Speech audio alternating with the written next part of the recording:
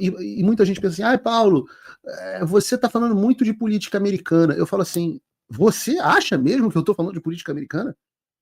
A essa altura do campeonato, você acha que eu estou falando de política americana? Depois você vê o Eliel dizendo tudo que aconteceu nos Estados Unidos acontecendo igual no Brasil. Eu estou tentando te mostrar qual é o caminho possível para o Brasil daqui a, sei lá, talvez 2 anos. Lembrem-se, ano que vem a gente tem eleição para presidente, ou não. Não dá para chamar aquilo que o TSE conduz de eleição. Mas a gente está trabalhando para melhorar isso também. Mas quem sabe? Quem sabe os caminhos do Brasil? Então eu tenho que voltar, porque esse é a linha mestra para a gente seguir. Está aqui feito o plano de governo do presidente Bolsonaro, porque o presidente Trump está enfrentando o mesmo problema e está tendo sucesso. O que a gente faz? A gente copia. Né? Inteligente é aquele que aprende com os erros e com os acertos dos outros. E ontem, por exemplo, eu comentei aqui que o Elon Musk, sob as ordens do Trump, claro, estava passando a motosserra na USAID. E eu expliquei o que era a USAID, da qual já vem falando há muitos programas, desde certamente mais de 1 ano, 2 anos. E o Musk estava indo, o Trump estão indo atrás de cada centavo que eles gastaram. Eu comentei que eles descobriram vários gastos injustificáveis, $1,5 milhão para promover cultura woke em ambiente de trabalho na Sérvia. Ainda ontem, o Elon Musk fez um post no X citando um vídeo em que o Mike Pence fala sobre a USAID, dizendo que a senadora Joni Ernst, uma republicana do estado do Iowa, solicitou que ele pudesse revisar o balanço financeiro da USAID. E ela foi ameaçada de processo. E ele se perguntou, por que uma organização financiada pelo dinheiro do pagador de impostos faria uma coisa dessa? O desespero da esquerda americana com tudo isso é tão grande que eles tentaram impedir até mesmo que o Elon Musk e os funcionários do DOGE, do Departamento de Eficiência Governamental, entrassem no prédio da USAID. Pois bem, como a USAID está completamente aparelhada, o Trump ontem mesmo tomou uma decisão para lidar com isso. Vejam só. Isso é uma mensagem que aparece no site da USAID, que estava fora do ar desde que o Musk iniciou o trabalho dele de passar o pente fino na agência. E o comunicado diz assim, na sexta-feira, 7 de fevereiro de 2025, às 23h59, horário do leste dos Estados Unidos, todas as pessoas contratadas diretamente pela USAID serão colocadas em licença administrativa globalmente, com exceção daquelas designadas como responsáveis por funções críticas da missão, liderança central e programas especialmente designados. As pessoas essenciais que deverão continuar trabalhando serão informadas pela liderança da agência até quinta-feira, 6 de fevereiro, às 3 horas da tarde. Cara, essa é uma das maiores virtudes do Trump. Não tem brincadeira mais. Eu vi uma frase do Lula dizendo hoje, e eu agradeço, obviamente, já mandei isso para o pessoal da Casa Branca, reclamando da postura do Lula em Gaza, que vai transformar Gaza num grande shopping center da Trump Organization. Obviamente, é uma piada. Ele dizendo, o Trump vive de bravata. Eles ainda estão no governo anterior, onde o Trump tinha poucos mecanismos de ação. Esse susto vai acontecer, se Deus quiser, com o Bolsonaro também. Se Deus quiser. Não vai ter mais acabou porra e não acabou nada. O acabou porra vai ser acabou porra. Não vai ter cartinha de desculpa. Não vai ter. Bom, assim eu espero. Teve funcionário aqui nos Estados Unidos, da USAID, tentando barrar o acesso de um funcionário do governo federal ao prédio da agência. Então é o seguinte, a partir de sexta-feira, todos os funcionários da USAID estão em licença administrativa, ou seja, não entra mais ninguém no prédio e nem nos sistemas da USAID, só os funcionários enviados pelo Trump e quem é designar como essencial para o trabalho da agência. E com isso, meus amigos, vai haver choro e ranger de dente. E quando eu falo que o nego está desesperado, não é da boca para fora. É gente muito poderosa, desesperada mesmo. Nós vimos aqui no programa de ontem como a USAID foi a financiadora das aventuras loucas de Alexandre de Moraes e Barroso, que começou essa história, para censurar o povo brasileiro. Nós vimos ontem aqui a frase do Mike Pence que se não fosse a USAID, Bolsonaro ainda seria presidente. É essa agência que está sofrendo corte completo e todas as pessoas estão sendo demitidas. Vejam esse vídeo do senador Chuck Schumer, o democrata mais poderoso do Senado americano, é o líder da minoria e um dos mais poderosos do país, protestando justamente contra o DOGE, o Departamento de Eficiência Governamental do Elon Musk, por estar descobrindo todos esses podres da USAID. We cannot allow Elon Musk and a small group of people to secretly behind closed doors, take away our privacy, take away our dollars, take away everything we have. We are going to fight this fight. I am going to stand with you in this fight, and we will win. Eu repito que esse velhinho aí, we win, we will win, em inglês significa a gente vai vencer, né? Mas parece que o cara tá falando we. Esse é um dos homens mais poderosos dos Estados Unidos. E vocês veem o pânico por conta das ações do Trump e do Elon Musk. Eu digo para vocês, não é só o Lula que acha que o Trump tá de bravata. Nem o Deep State imaginava que o Trump fosse meter o pé na porta com tanta força. Mas o Chuck Schumer fala algo interessante se você prestar atenção. Não podemos deixar que Elon Musk e um grupo pequeno de pessoas tirem a nossa privacidade, os nossos dólares e tudo que temos. Porque o que isso tem a ver com o trabalho do Elon Musk em cortar gastos necessários e aliviar o orçamento americano mesmo com a USAID? Para a razão do desespero do Chuck Schumer, da esquerda americana e da esquerda global, inclusive no Brasil, como a gente vai ver, ficar ainda mais clara, eu vou tirar um pouco da privacidade do Chuck Schumer e mostrar para vocês para onde o dinheiro do pagador de impostos americano estava indo com Biden. Essa imagem que eu vou mostrar para vocês é do Escritório de Prestação de Contas do Governo dos Estados Unidos, de um relatório produzido em 2023.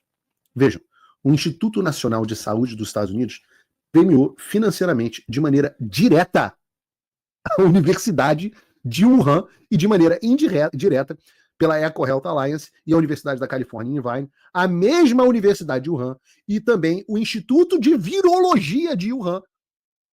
E eu não sei se vocês se lembram de alguma coisa relacionada ao Instituto de Virologia de Wuhan, uma doença, talvez. Premiados. Além disso, a Academia de Ciências Médicas Militares da China também recebeu dinheiro vindo do Instituto Nacional de Saúde e repassado pelas universidades Duke e a Universidade da Califórnia. Vejam a cascata de gente ganhando dinheiro do pagador de impostos e vejam quem são.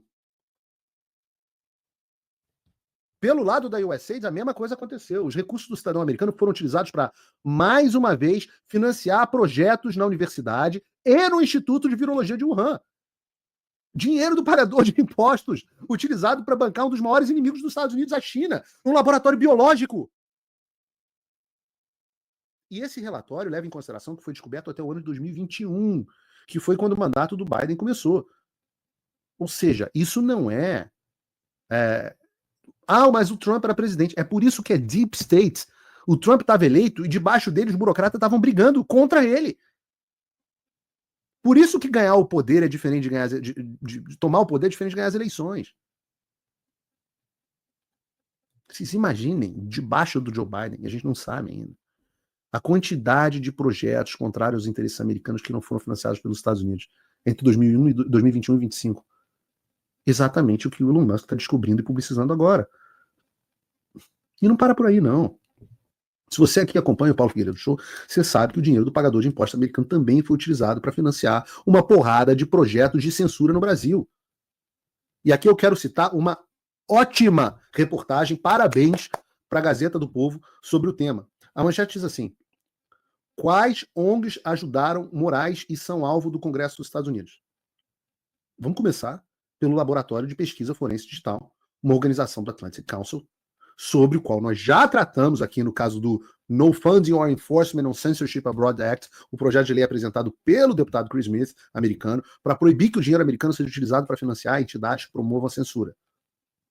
Segundo o relatório da Civilization Works, que baseou o projeto de lei do Chris Smith, palestrantes em vários eventos realizados pelo DFR Lab pressionaram pela censura generalizada no Brasil. Eu estou lendo aqui aspas. Em um painel do DFR Lab, em 2019, lembra, 2019 é o ano do início do inquérito das fake news, primeiro ano do governo Bolsonaro. Estudiosos da desinformação afirmaram que mensagens privadas e criptografadas eram uma ameaça à democracia no Brasil. Em linha com essa opinião, o WhatsApp baniu centenas de milhares de contas no Brasil. E em 2022, o ministro do Supremo Tribunal Federal, Alexandre de Moraes, ordenou a suspensão do Telegram, bloqueando temporariamente todo o acesso ao aplicativo no país. O DFR Lab foi citado no plano estratégico do TSE para as eleições de 2022, marcadas pela censura. Em 2019, o Atlantic Council publicou um relatório de título Desinformação nas Democracias, fortalecendo a resiliência digital na América Latina, que afirma, abre aspas, agora para o outro relatório, dentro do relatório. Bolsonaro foi eleito com 55% dos votos no segundo turno. Uma vitória atribuída não apenas à complicada situação econômica e política que o Brasil se encontrava, corrupção generalizada, crise econômica desgraçada, mas também ao uso efetivo de redes sociais como principal meio de conexão com os eleitores brasileiros. Continuando o outro relatório. Né? O relatório conclui que a eleição foi fortemente influenciada pela desinformação em plataformas criptografadas. Olha só, que surpresa. Uma organização americana que foi usada como base, a base para todas as decisões de censura no Brasil. E quem financiou? A USAID. E você achando, você, nobre deputado, achando que você vai ganhar a guerra no plenário do Brasil, achando que os deputados que estão indo para os Estados Unidos estão perdendo tempo, estão gastando dinheiro do contribuinte.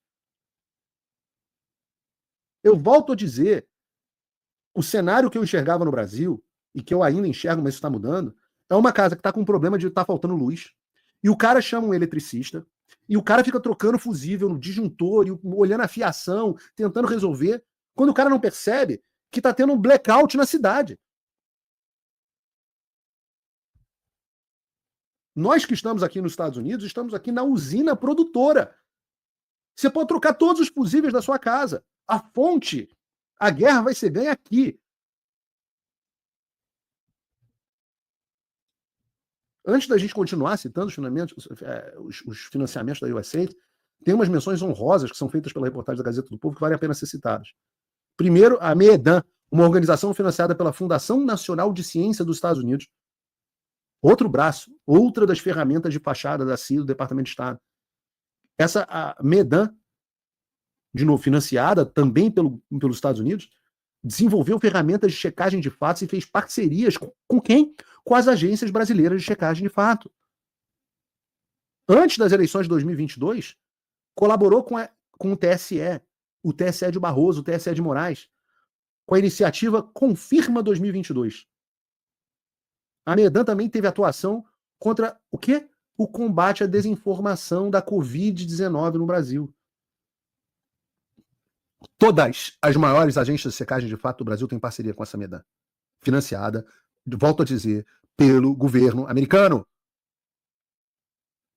Desde 2021, o governo americano já distribuiu mais de 33 milhões de reais a essa MEDAN para desenvolver abre aspas, ferramentas de verificação de fatos acadêmicas e de colaboração comunitária, combatendo o ódio, o abuso e a desinformação com parcerias lideradas por minorias. Tem também a First Draft News, que criou no Brasil o chamado Projeto Comprova, uma agência de checagem coordenada pela Associação Brasileira de Jornalismo Investigativo, ABRAGE. Não era da ABRAGE, aquela Juliana das Picas? Que tem parceria com diversos veículos de comunicação brasileiros. A Comprova é parceira de quem?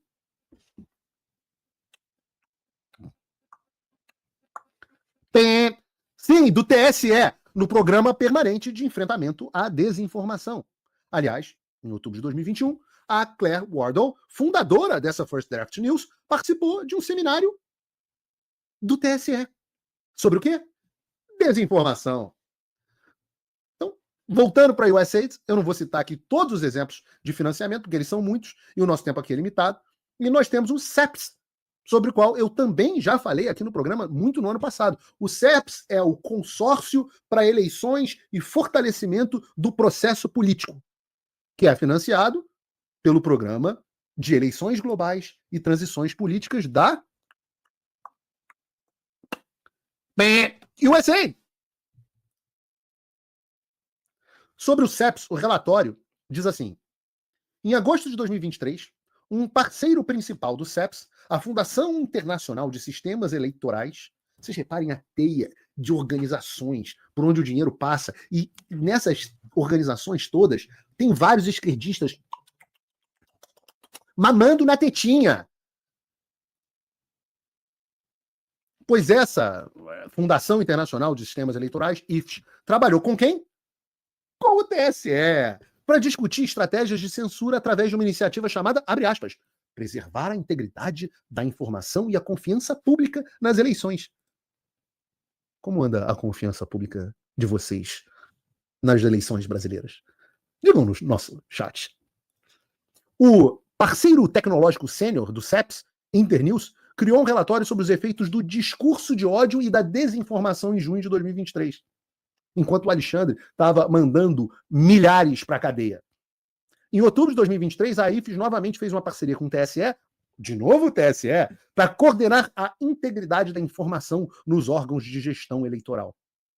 Esses são os caras que fiscalizam e dirigem as nossas eleições, fazendo parceria com um monte de organização estrangeira que estão bancando a censura do Brasil. Olha, se você não está chocado, se você não está escandalizado, eu não sei mais o que te falar, cara. Eu não sei mais. Mas para a gente finalizar essa pauta, fiquem aqui com essa imagem linda do Barroso, então presidente do TSE, que a gente buscou, palestrando em um evento da USAID. Barroso palestrando em evento da USAID. Qual foi o tema? Eleições e transformação digital. Ocasião em que ele defendeu o quê? A regulamentação das redes sociais. Entendam, meus amigos. Desmantelar a USAID é desmantelar o financiamento ao aparato da censura no Brasil. É a mesma coisa. E ontem eu falei do pedido da CPI das ONGs que o Gustavo Gaia protocolou, mas no mesmo dia o deputado Eduardo Bolsonaro não perdeu tempo e publicou uma carta institucional da Secretaria de Relações Internacionais e Institucionais do Partido Liberal, denunciando essa situação e citando outros repasses de recursos americanos para gente como, já falamos aqui muito sobre eles, mas Sleeping Giants, que pedia o meu cancelamento da Jovem Pan, Alma Preta, Agência Lupa, o Instituto do Felipe Neto, o Instituto Vero. Vero deveria significar verdadeiro. É como se é o Partido dos Trabalhadores que ninguém trabalha e o Instituto Vero do Felipe Neto, onde todo mundo é mentiroso. Essa é a razão do desespero do Chuck Schumer e da esquerda no mundo todo. Acabou a mamata, a fonte secou, não tem dinheiro mais para promover a censura no Brasil e no mundo. E com isso, eu estou dizendo para vocês, o complexo industrial da censura vai ruir. E muitos dos fatores que contribuem para que nós chegássemos ao estado atual vão deixar de existir. Uma das principais ferramentas de poder do deep state americano, da esquerda mundial, do Partido Democrata, do grupo de censura que a gente vem enfrentando, acabou. Nós temos o caminho para a vitória, meus amigos. Acreditem. Ontem, em um fato que me deixou enormemente feliz, foi que nós criamos a estratégia, bem orientados, criamos a estratégia de todo mundo migrar para o Truth Social. O que é o Truth Social? Truth Social é a rede social, igual ao X, do Donald Trump. O objetivo é muito, muito claro. Fazer como a gente fez com o Getter. O Getter chegou a ter 600 mil usuários no Brasil. O Brasil era o segundo mercado do Getter. Só que quando os brasileiros foram e forem para o Truth Social, nós estamos enriquecendo o Donald Trump, deixando a empresa dele com mais usuários, enriquecendo a empresa dele e chamando a atenção para o mercado brasileiro. Alan dos Santos já foi, Rodrigo Constantino foi, Paulo Figueiredo foi, Monark me disse que foi, Revista Timeline, Lacombe, Ana Paula Henkel, minha querida amiga, que inclusive anunciou isso ontem no Oeste Sem Filtro. Muito obrigado, Ana Paula, pela sua enorme e qualificada audiência. E nós tivemos a surpresa do presidente Bolsonaro, que imediatamente embarcou no Truth Social e abriu ontem a conta dele, do presidente Bolsonaro no Truth Social, que rapidamente já estava aí com 20 mil inscritos, que, reparem, são poucos brasileiros ainda na rede. E o que aconteceu? O pessoal do Truth Social me ligou. Falou assim, o que está acontecendo? A gente está tendo tanto acesso no Brasil que a gente tem que aumentar a banda. Parece que não são números oficiais, eles não podem dar os números oficiais porque eles são empresas de capital aberto, mas parece que ontem foram 20 mil brasileiros baixando o Truth Social. 20 mil. Tem um QR Code aqui, ó, para você baixar o Truth Social, tem um link na descrição também. Fascinados. O deputado Gustavo Gaia, eu chamei o deputado Nicolas, ainda não foi, mas tenho certeza que ele vai. Não deve ter visto a minha mensagem. Vários outros. Carlos Bolsonaro foi também. Hoje falei com o deputado Eduardo Bolsonaro, que também vai. O pai entrou antes dele. Eles até ficaram, isso não é o presidente Bolsonaro de verdade? Aí eu falei, não pô, já confirmei, falei com eles. Não, a gente está meio em dúvida. E aí depois acabaram dando as vindas, nem acreditaram. Essa é a empresa do Donald Trump. O que a gente está esperando? De forma muito clara. Qual é o objetivo final disso? Primeiro, a gente tem uma rede social que a gente possa falar livremente, sem medo de censura. Mas segundo, isso é proposital para que o Alexandre mande o Truth Social, sob ameaça de multa e prisão do dono, retirar o meu perfil, o perfil do Monark, o perfil do Alan e tantos outros da timeline. Isso é uma afronta, Alexandre de Moraes. Nós estamos te afrontando. Vai lá, poxa, nunca te pedi nada. Manda uma carta pro Truth Social, que não tem representante legal no Brasil, ameaçando prender o dono. O dono, por um acaso, é o Donald Trump. Nós estamos te pedindo, nós estamos te conclamando, nós estamos te incitando. Ou tu não é de nada? Ou essa careca, essa testosterona, esse Muay Thai todo não são de nada? Vai lá, pô, tu não é fodão. Fala que tu vai prender o Trump. Aplica uma multa milionária. Checkmate, hein? Pois bem, não